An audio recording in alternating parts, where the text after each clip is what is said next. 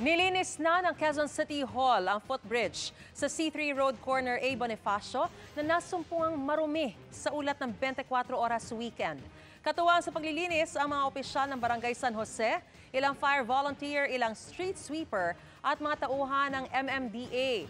Bago nito ay halos hindi madaanan ang footbridge dahil pasintabi po puro basura at dumi ng tao at hayop.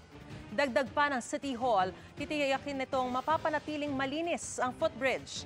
May dati na raw silang kasunduan ng MMDA na magtutulong sa pagmementena ng mga footbridge pero posible umanong di na isama ang C3 footbridge.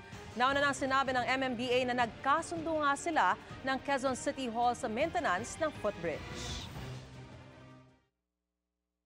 Kami naman ay handa na idagdag ito doon sa 58 footbridges sa ating Usofruct.